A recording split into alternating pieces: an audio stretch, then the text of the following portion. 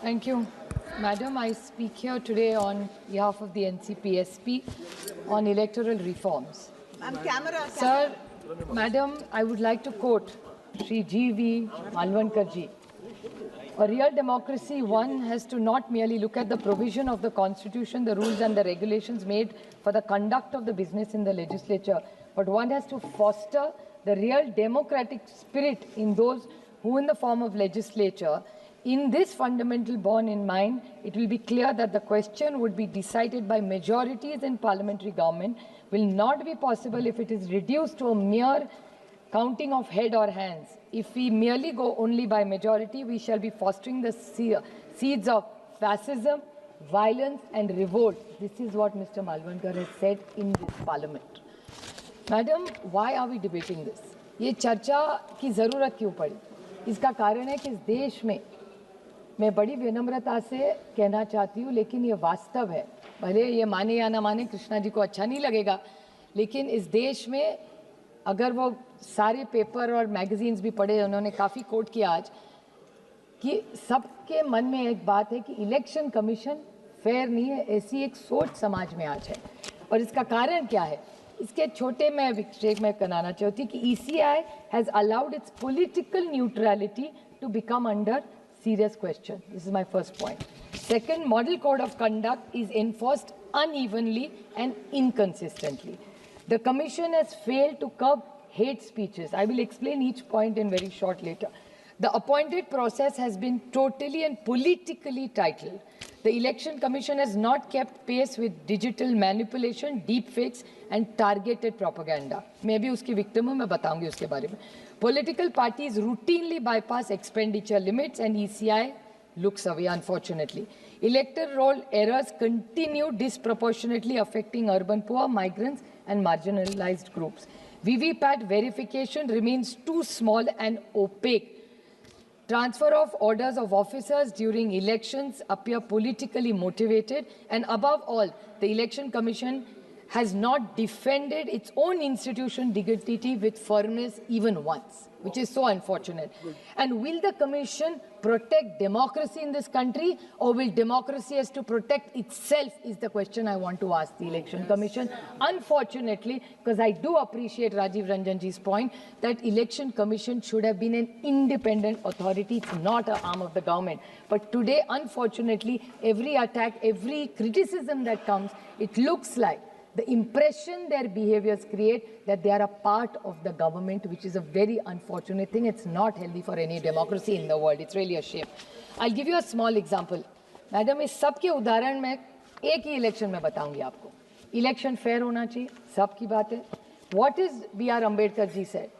बाबा साहेब ने कहा है, I didn't give a weapon to my people, I gave a right to vote instead. Now it is in their hands whether to live like a legend by fighting or becoming a slave by selling it. This is B.R. Ambedkar जी का coat है sir. और तब उन्होंने कहा था, उनको पता भी नहीं था इस देश ऐसे आगे बढ़ेगा. हमारे यहाँ मैडम पंचायत की इलेक्शन हुई है, यहाँ मस्के जी भी बैठे हैं, आप वेरीफाई कर सकते हैं. जो जो मैं आरोप नहीं कर रही हूँ, मैं वास्तव कह रही हूँ, पूरी चीज़ मैं ऑथेंटिकेट कर सकती हूँ. मैंने लाया है सब कागज मेरे साथ.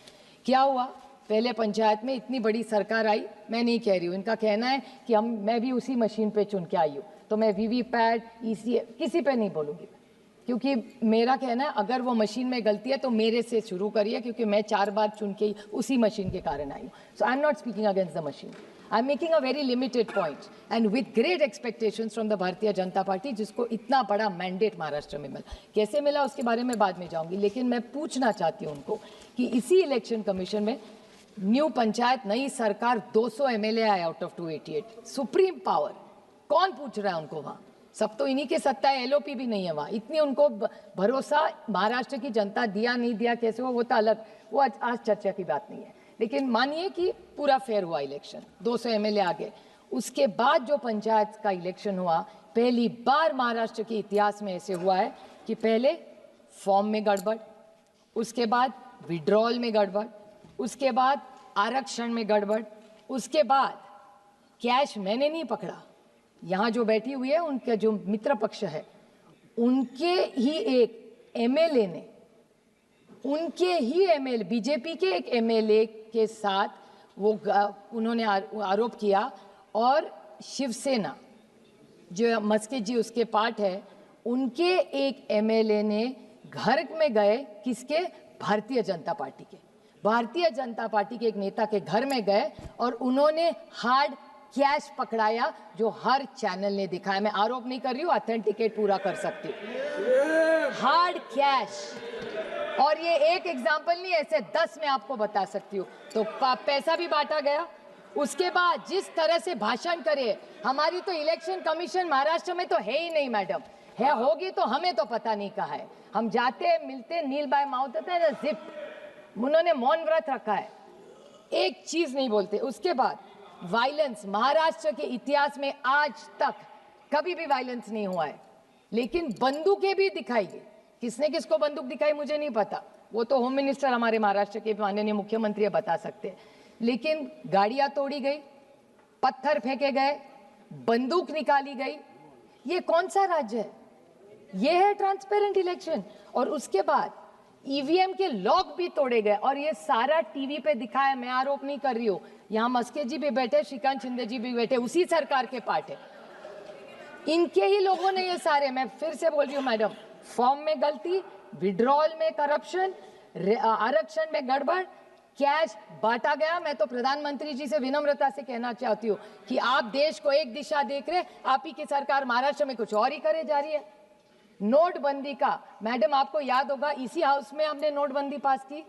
प्रधानमंत्री की क्या इच्छा थी कि इस देश से काला धन निकाल देंगे, पूरा जो भी होगा कैशलेस इंडिया हो जाएगा। अभी तक सरकार, मुझे अभी तक तो पता नहीं, मेरे दोस्त है शिव कुमार उदासी अभी हाउस में नहीं है, लेकिन उन्होंने सवाल किया था, तब मुझे चैलेंज किया था कि नोटबंदी में पैसा कितना गिनते, आज तक किसी को देश में पता नहीं कितना कैश आया इस देश में।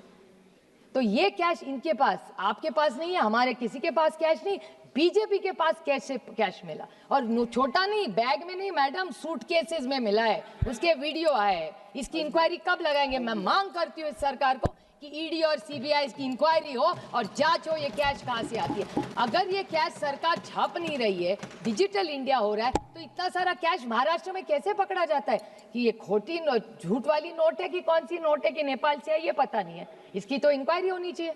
This is a issue of not national, international. This is a big racket going on. और सिर्फ आरोप मैं नहीं कर रही हूँ, ये भी बैठे हैं यहाँ, इनको पूछ लीजिए आप, आपके मित्र पक्ष है, उन्होंने पकड़ा है। मैं तो उनको, राणे साहब शायद नहीं है, राणे साहब का बेटा नीलेश राणे हमारे साथ सांसद रहे, मैं ऑन रिकॉर्ड, भले वो शिवसेना में हो आज, लेकिन मैं उनका बहुत, उन्होंने जो किया उसका स्वागत करती हूँ। ये देशभक्ति का उदाहरण है, तो ये उदाहरण है देशभक्ति का नीलेश जी। वो भी सत्ता पक्ष में हो, फिर भी देश के लिए कैश पकड़ा गया। और इतना भी नहीं किया, वहां टीवी लेके गए, पूरे देश को दिखाया कि देखो बीजेपी क्या कर रही है। मैं नहीं कह रही हूँ, वो कह रहे, मैं तो सिर्फ कोट कर रही हूँ, मैं नहीं आरोप किसी पे कर रही हूँ, मैं सिर्फ कोट कर रही हूँ। मैं सिर्फ पूछना चाहती हूँ कि बड़े लोगों ने कहा की बारामतीचं बोला ना तुम्ही माझ्यानंतर, झाला असेल तर माझ्या इलेक्शनमध्ये ना आमच्याकडे पैसेच नाही, आम्ही कुठून वाटणार।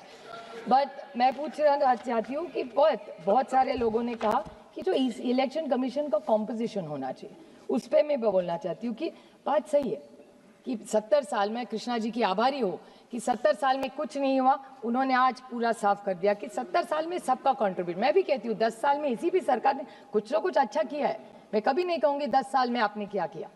सिर्फ गलतियां निकालने के लिए हम नहीं है, इलेक्शन रिफॉर्म्स के लिए हम सब सोचेंगे और देश के हित के लिए, अगली पीढ़ी के लिए कुछ अच्छा करेंगे हम।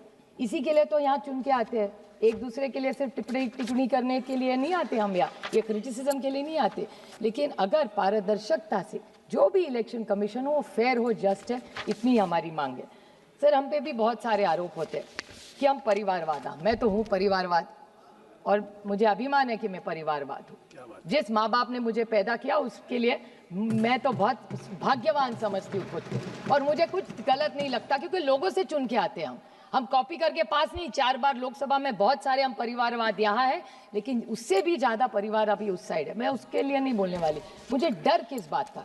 और मेघवाल जी इस बारे में आपने सोचना चाहिए क्योंकि मैटर सीरियस है, आपका कुछ लेना देना नहीं है, लेकिन जिस राज्य में आपकी सरकार है, 2-3 very important points, I am not criticising, I am giving very honest feedback. Madam आप सोचिए, लोकल बॉडी का इलेक्शन हुआ, लोकल बॉडी के इलेक्शन में आप सब चाहते हैं ट्रांसपेरेंट और फेयर इलेक्शन हो, मैं आपको 20 नाम नहीं पढ़ूंगी, 3 पढ़ूंगी, बाकी के टेबल करूंगी आप अगर आप परमिशन दे तो। लेकिन यहाँ हमारे यहाँ इलेक्शन हुआ ही नहीं और यहाँ पूरा चुन के कौन आए, this is very interesting madam. यहाँ जो चुन के आए वो सारे परिवारवाद वाले। अब देखिए, आप सोचिए, अब बिना इलेक्शन मोदी जी सबसे विश्व गुरु, सबसे पॉपुलर है इस दुनिया में प्राइम मिनिस्टर, उनके खिलाफ भी कोई ना कोई भले हारे पर लड़ता तो है ना। एक लोकतंत्र में सशक्त लोकतंत्र होगा, कितने भी आप अच्छे, एक तो विरोधक होना चाहिए ना। यही तो बाबा साहब ने हम सबको सिखाया है, अपने संविधान ने तो यही कहा है। मोदी जी भी कहते हैं, रंजन जी अभी तो कहे, राजीव रंजन जी कह रहे थे कि विपक्ष होना चाहिए, मोदी जी की भी इच्छा है, तो एक तो विरोधक होना ही चाहिए। लेकिन महाराष्ट्र में क्या हुआ, पूरी लिस्ट है मैडम, आपने घंटी बजाई तो नहीं पढ़ूंगी। 3-4 नाम, जामनेर नाम की जगह है, साधना महाजन, कौन है ये? अच्छा है, मुझे बहुत अच्छा लगा, एक औरत बन रही है अनिल अपोज, बड़ी अच्छी बात है। लेकिन उसका एंगल ऐसा है कि ये परिवारवाद प्रोडक्ट है। Minister, cabinet minister Girish Mahajan wife, Bhusawal Rajani Savkare, Sanjay Savkare cabinet ministers wife, Khamgaon Aparna Phundkar, minister Akash Phundkar भाभी, then Dondaicha mister Rawal, minister Jaykumar Rawal's mother, Yavatmal Priyadarshini Uke, minister उके's daughter, Yavatmal, फिर चिखलदरा चीफ, वो छोड़ दीजिए, अभी मुख्यमंत्री के खिलाफ नहीं बोलेंगे, छोड़ देंगे। 40 गांव प्रतिभा चौहान, वाइफ ऑफ मंगेश चौहान, धामणगांव, सारे हैं, ये सारे मैडम इलेक्शन हुआ ही नहीं, वहाँ अनअपोज्ड हो गए और वायलेंस भी हुआ है, ऑन रिकॉर्ड बोल रही हो। तो अगर बीजेपी, और सारे बीजेपी के हैं, आप सोचिए किसी को फॉर्म भी भरने नहीं दिया और सारे मंत्रियों की बीवी, बहन, भाभी, माँ है, ऐसे कैसे हो सकता है? एक लोकतंत्र में मेघवाल जी अनअपोज्ड, मैं समझ सकती हूँ, 1 अनअपोज्ड, 2 अपोज, 25 अनअपोज्ड हो सकते हैं, ऐसे कैसे हो सकता है? मेघवाल जी आप न्याय दीजिए हमें, बड़ी अपेक्षा से मैं भाषण कर रही हूँ आपके सामने में। अरे किस बात की लोकप्रियता, छोड़िए, ईडी सीबीआई का उनके साथ निकालूंगी ना तो हमारे ही साथ उसमें के 10 है, वही आपके साथ है आज। अभी कुंडली उनसे ज्यादा मैं जानती हूँ उनकी। और एक छोटा, हमारे यहाँ शिरूर नाम का एक विधानसभा है, शिरूर में एक है, वहाँ 1000 वोट्स, 1000 शिरूर में, ना घर है ना कुछ है। आरटीआई करवाया किसी ने कि 1000 वोट आए कहाँ से, तो ये वोट कहाँ से आए? हवा से आए। उसको चैलेंज किया है लेकिन उसका जवाब नहीं मिला है। मैडम हम पूछना चाहते हैं, this is it, what did ये रिजर्वेशन, आरक्षण के बारे में इनको बहुत अच्छा लगता है आरक्षण, हम सब उनके साथ है, मराठा, धनगर, लिंगायत, मुस्लिम, किसी का भी आरक्षण आप लाइए महाराष्ट्र से, हम पूरी ताकत से आपके साथ खड़े रहेंगे। लेकिन महाराष्ट्र में इलेक्शन अनाउंस हुआ, this is a reform you must do. Meghwal ji, मैं आपको मांग करती हूँ कि रिफॉर्म अगर आप कर रहे हैं तो सुधार कर रहे हैं तो सब मिलके करें। महाराष्ट्र में पंचायत का इलेक्शन अनाउंस हुआ, उसके बाद रिजर्वेशन का ऑब्जेक्शन हुआ मैडम, और आप सोचिए आधा इलेक्शन कैंसिल हो गया। और इतना ही नहीं, 242 म्युनिसिपल काउंसिल्स है, उसमें के 57 bodies have exceeded reservation list. क्या कर रही थी इलेक्शन कमीशन? बेचारे सारों ने, आपके भी लोगों ने फॉर्म भरा, हमारे भी भरा, अभी क्या कर रहे, घर में बैठे हुए 20 दिन से, खर्चा तो बढ़ ही रहा है। आप सोचिए 57 bodies have crossed more than 60% reservation. एक छोटा मुद्दा मैडम एंटी डिफेक्शन का बोलना चाहिए, बिकॉज आप सोच लीजिए कि आप कैसा करेंगे। एंटी डिफेक्शन का मैंने भी भोगा है, आपने देखा होगा, अभी शिवसेना जी के बोल रहे थे, हमें कोई नहीं, ठीक है पार्टी टूटती है, 2/3 जाती है, कोई प्रॉब्लम नहीं है, सोच सकता है, किसी की सोच बदल सकती है, किसी को कुछ विकास करना है, किसी का ईडी है, मैं समझ सकती हूँ। लेकिन मैं, आप बताइए मुझे थोड़े से कि एंटी डिफेक्शन लॉ जो शेड्यूल 10th में है, लेकिन हमारे यहाँ महाराष्ट्र में क्यों नहीं हो रहा है? महाराष्ट्र में आपने देखा होगा, हमारे यहाँ एक पार्टी का नेशनल प्रेसिडेंट बदला और no use of any constitution. Party की कॉन्स्टिट्यूशन क्या कहती है? Party decides. जैसे भारतीय जनता पार्टी में भी अच्छी है, भारतीय Janata party is larger than elected member, सही है कि नहीं? वैसे भी हमारे यहाँ भी है, without asking anybody, the speaker has allowed to remove a national president who started the party, not just in NC, it has happened to us, not just in NCP but in Shiv Sena, दोनों party तोड़ डाली। उसके बाद आगे क्या हुआ? हमें किया, ठीक है, हम ठीक हो गए, बट किसी और को मत करिए। आप इतना बोलते हैं कांग्रेस ने ये किया, इसकी सरकार गिरा दी, आपने क्या किया? आपने से उससे ज्यादा किया। And how is this democratic? अगर आपको तोड़ा होगा कोई प्रॉब्लम नहीं, नई पार्टी निकाली। और पता है मैडम, हमें पार्टी, अभी ये कृष्णा जी कह रहे थे कि उनको 9 महीने पहले सिंबल मिला। कृष्णा जी, मुझे तो सिंबल मिलता ही नहीं, 2 महीने मिला। आप सोचिए मैडम, हमको तो कोर्ट जाना पड़ा। अगर मैं कोर्ट नहीं जाती तो सांसद भी नहीं बनती। ये कौन सा न्याय है एक सशक्त लोकतंत्र? आदरणीय अध्यक्ष जी, आपने मुझे आज इलेक्टोरल रिफॉर्म्स पर बोलने का जो